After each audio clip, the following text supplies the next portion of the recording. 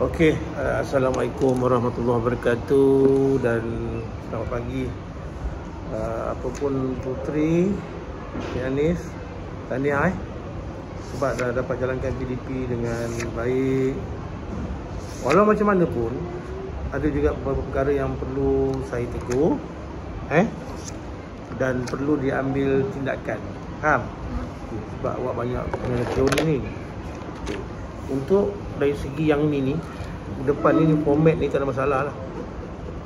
Saya okey je, as long as ada butiran-butiran seperti nama subjek, modul kau pakai apa, BM okey. Pelajar berapa orang tadi? 42, tapi ada yang tak datang. Okey, waktu tu lah nanti tulis per berapa. Sebab itu penting tu. Okey. Betul. Okey. Ini adalah pengajaran teori. Bila pengajaran teori dalam muzik, dia tak boleh berjalan secara teori saja.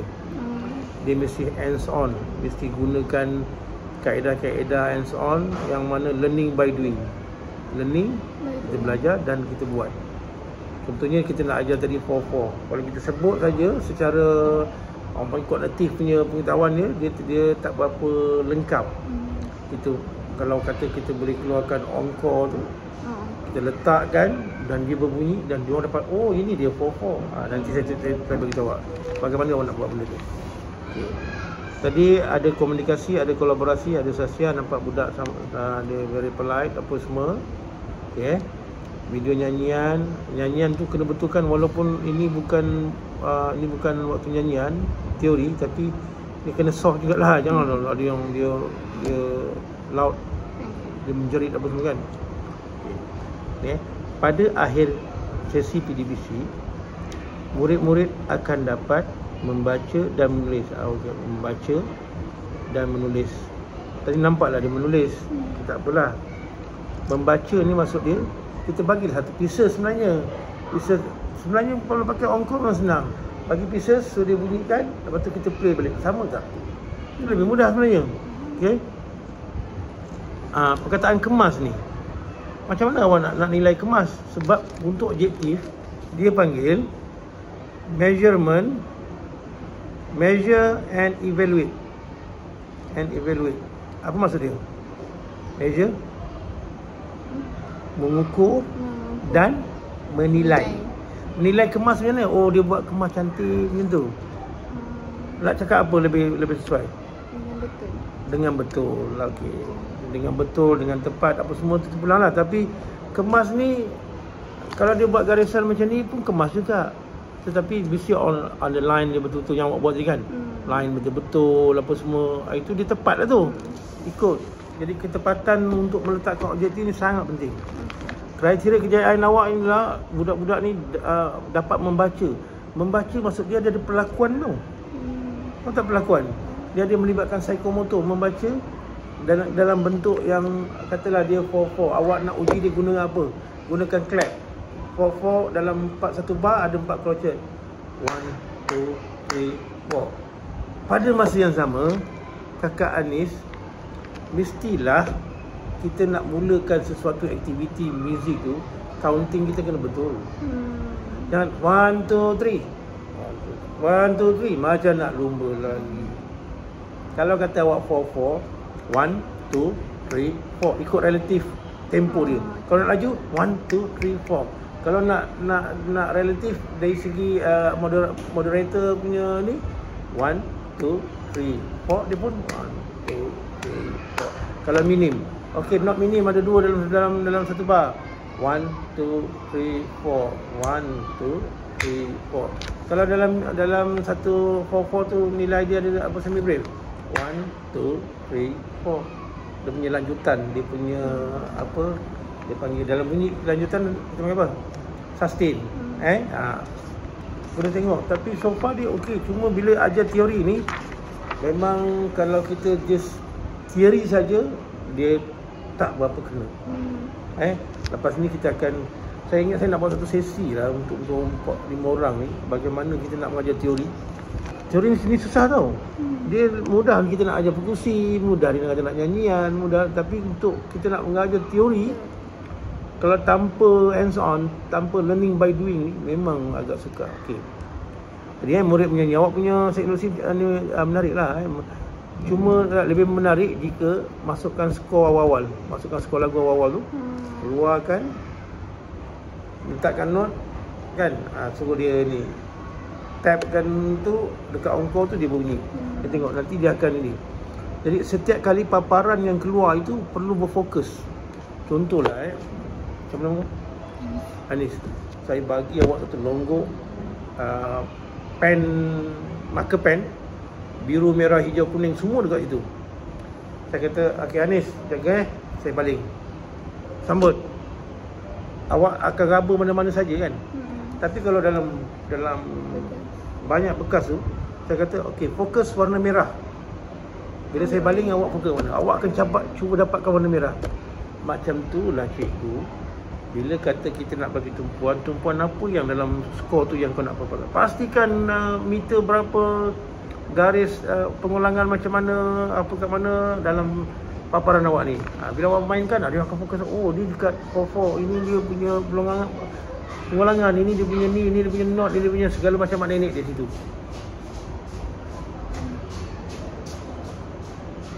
Okey. Yang ni okey. Dekat sini kau keluarkan benda ni, awak keluarkan, tapi dia dalam bentuk grafik je. Why not keluarkan dalam bentuk angka? Kenapa tak keluar dalam bentuk angka? Tak ada dalam angka dulu. Ada. Tak sempat buat doktor. Buatlah, keluarkan angka tu. Kau buat dalam angka tu, lagi budak-budak faham. Awak tag kan. Okey, 4-4. Tam. Kata tu 4. Tam. Ni awak ambil yang 1 detik dulu katalah 3-4. Tam 3. Buat 2 bar pula. 2-4. Lepas tu note tu awak pelbagikan. 1 bar tu pakai minim, 1 bar tu pakai crochet, 1 bar tu pakai quiver. Lagi dia nampak tam. Aku jadi hijau sekarang. Okey, aktiviti kedua. Murid dibagikan 6 kumpulan. Okey, baguslah. Kaedah kumpulan ni sebenarnya berkesan. Kaedah kumpulan ni mana ni kolaborasi. PK21. Jelas dah kat sini. Tahu tak? Sebab tu saya kata, saya nampak si siapa nama Diana dengan kau punya lesson plan sangat bagus, ideal. Ideal maksudnya awak letak catatan dekat sini apa yang awak nak pakai dalam ni. Baru jelas. Waktu kau buat RPH dengan waktu belajar dulu macam mana? Belajar kanan ya? Kenapa kali ni lain Dia letakkan impak dekat sini. Kau nak letak impak, patutnya macam ni lah. Tak, saya tengok bukan. Ada yang diorang tengah belajar ni ada tulis impak. Saya tak guna yang tu. Impak boleh, tapi impak tu berlaku dekat kemudian lah. Daripada belajar baru dah dapat kesan dia. Refleksi apa semua, okey. Yang sini tadi, sini banyak kita ada ruang yang boleh kita perbaiki. Guru menunjukkan demonstrasi sangat baik. Kau tunjuk guru as a role model. Kalau kita tunjuk, budak akan yakin dengan kita. Awak tunjuk tadi kan, budak akan yakin dengan kita. Sebab tu dalam Bandura kata guru adalah role model. Guru buat dan murid ikut. Dia ada kaitan dengan apa yang dikatakan oleh Off. Off kata imitasi, meniru. Peniruan itu boleh berlaku daripada video yang kita tunjuk, daripada pelakuan guru. Okey, baik. Lepas tu tadi, memulakan aktiviti musikal mestilah counting dengan tepat. Sebab tempo ni dia relatif, dia pelbagai.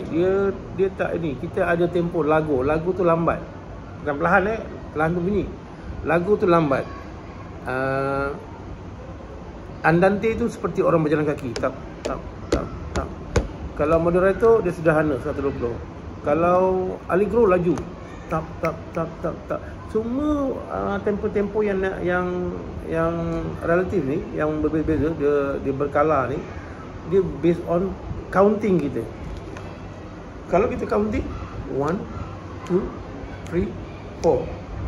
So dia punya ke depan dia 1, 2, 3, 4. Kalau kita kira 1, 2, 3, 4, dia pun 1, 2. Ikut apa permulaan kita tu. Tapi based on juga kepada tanda masa. Kalau awak ajar kata 3, 4, okay, kita nak buat 3, 4 ready 1, 2, 3 jalan. Kalau kita nak buat 4-4, 1, 2, 3, 4 jalan.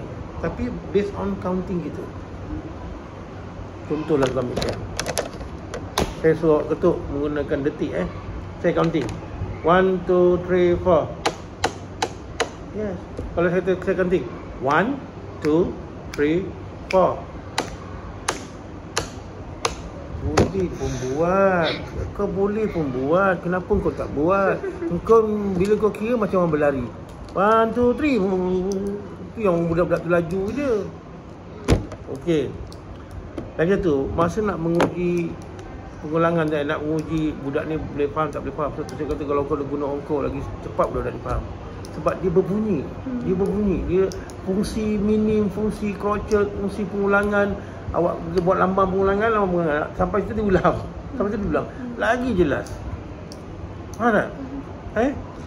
Yang lain-lain tak ada masalah saya tengok.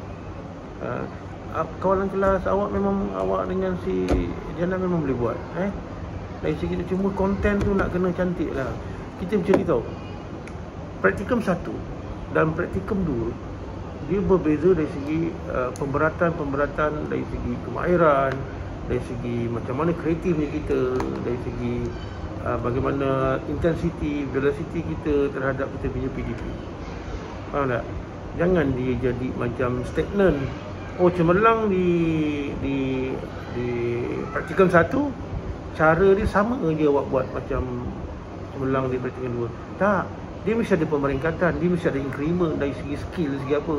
Sebab selepas praktikum 1 awak melalui banyak lagi proses dekat IPD, macam-macam kau buat kan. Jadi selepas tu mesti ada peningkatan daripada praktikum 1 kepada praktikum 2. Faham tak? Faham. So jangan marah apa yang saya cakap ni. Saya cuba buat sehabis baik untuk awak semua. Sebab saya nak kalau dah dulu kau cemerlang, kali ni mesti cemerlang. Sebab awak dah tahu dah flow dia. Dulu saya yang jadi pemutus untuk kau cemerlang atau tidak. Kali ni saya sebagai pembina kau, tiba-tiba dah lalan kau tak cemerlang. Nampaklah kesilapan saya, nampak macam kelemahan saya. Ni perlu diperbaiki tau. Dia bukan dari segi reality untuk practicality, dia ideal. Saya tak kata dia ideal, cantik. Sebab untuk mengajar teori bukan mudah. Kalau nak nyanyi, bukanlah saya kata nyanyi main alat tu mudah, tak. Tetapi teori ni sebab dia memerlukan literasi. Apa dia literasi? Literasi tu dia nak membaca, lepas tu dia nak apply, dia nak transfer kepada kemahiran. Kita baca Quran lah, Taranum apa semua tu kan. Huruf mat, iklab dekat mana kan. Panjang pendek dia, berapa harakat dia, tanwin tu macam mana. Macam tu juga dengan muzik. Ni nak tengok tanda masa. Okey, cari tanda masa 3-4-4-4. Dah tentulah kau tulis kat situ tadi. Dah tentulah dia ambil. Kau cakap 3-4, dia ambil 3-4. Nak buat ongkau, tak sempat doktor. Tak ada, lepas ni kena buat. Okey. So overall okey Saya dapat ni. Bagi saya boleh? Okey, apa pun terima kasih banyak-banyak. Assalamualaikum. Okey.